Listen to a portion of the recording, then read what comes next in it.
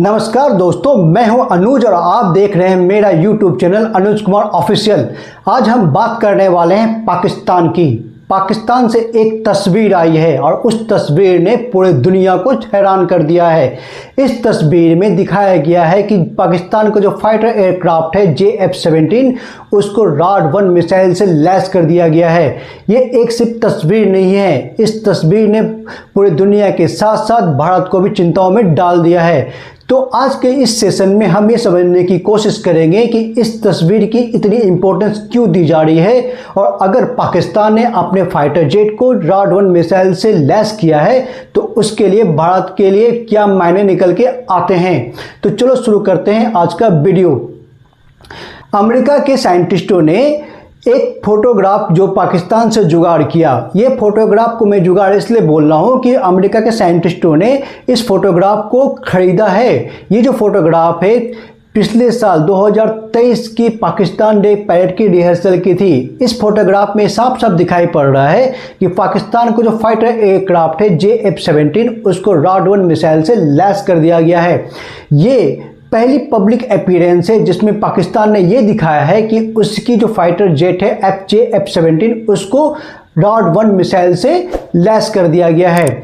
इस पूरे फोटो को जो अमेरिकन साइंटिस्ट ने एनालाइज किया और इसको एक पूरा की तरह एनालाइज किया, उन्होंने पूरा कंप्लीट इन्होंने इसके एनालिसिस निकाली।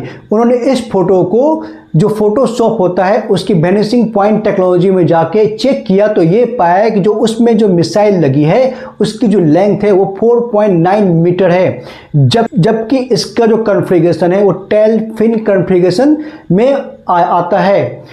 इस पूरे कंपैरिजन को अमेरिकन साइंटिस्ट ने जो RAD-1 और RAD-2 मिसाइल जो पहले डिस्प्ले किए गए थे 2017 से लेकर 2024 में पाकिस्तान डे परेड में, उसको लेके कंपेयर किया तो उन्होंने ये कंफर्म किया कि JF-17 में जो मिसाइल लगी है वो RAD-1 मिसाइल ही है। RAD-1 जो मिसाइल है वो पाकिस्तान की एकमात्र एयर लॉन्च क्रूज मिसाइल है। मतलब ये बोल सकते हैं कि RAD-1 मिसाइल जो है पाकिस्तान की only one solo ALCM category में आने वाली मिसाइल है। ये जो स्ट्रेटेजिक मूव किया गया है पाकिस्तान के द्वारा, ये एक बहुत ही ज़्यादा इम्पोर्टेंस रखता है, ना सिर्फ भारत के मायने से बल्कि पूरी दुनिया के मायने से भी। इससे पहले पाकिस्तान जो था अपने न्यूक्लियर ऑपरेशंस के लिए, न्यूक्लियर अटैक के लिए मिराज 3 और मिराज 5 सीरीज के जो उनके एयरक्राफ्ट थे उस पर डिपेंड हुआ करता था।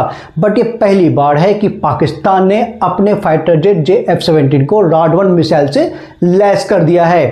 ठीक है, अब हम सबसे पहले JF-17 को समझने की कोशिश करते हैं।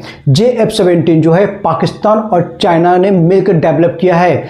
इसको पाकिस्तान की एयरोनॉटिकल कॉम्प्लेक्स कंपनी और चाइना की चांगडू एयरक्राफ्ट इंडस्ट्री कॉर्पोरेशन ने मिलकर बनाया है। अगर भागीदारी की बात करें तो पाकिस्तान की भागीदारी इस पूरे प्रोजेक्ट में 58% की है, जबकि चाइना की 42% की है।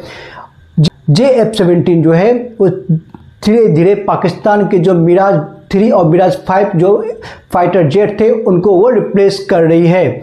आज के डेट में 130 JF-17 विमान जो है पाकिस्तान एयरफोर्स ने अपने ऑपरेशन में लिया हुआ है। पाकिस्तान ने RAD-1 मिसाइल को JF-17 में इंक्लूड कर दिया है। इसका मतलब ये है कि अब पाकिस्तान मिराज 3 और मिराज 5 जो उनके फाइटर जेट थे उनको अपने बेड़े से धीरे धीरे वो बाहर कर देगा। इसमें सबसे बड़ा सवाल ये निकल के आता है कि पाकिस्तान के पास ऑलरेडी अमेरिका द्वारा दिया हुआ F-16 फाइटर जेट है, फिर भी उसने JF-17 पर लगाया, F-16 पे RAD-1 मिसाइल को डिप्लॉय नहीं किया। आखिर इसकी वजह क्या है?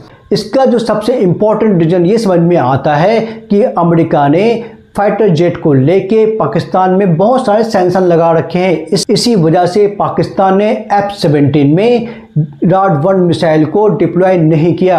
अब जब पाकिस्तान ने JF-17 पे अपने न्यूक्लियर वारहेड को डिप्लॉय कर दिया है तो इस पूरे क्षेत्र में, इस पूरे साउथ एशिया के रीजन में एक न्यूक्लियर आर्म की रेस है वो चालू हो जाएगी।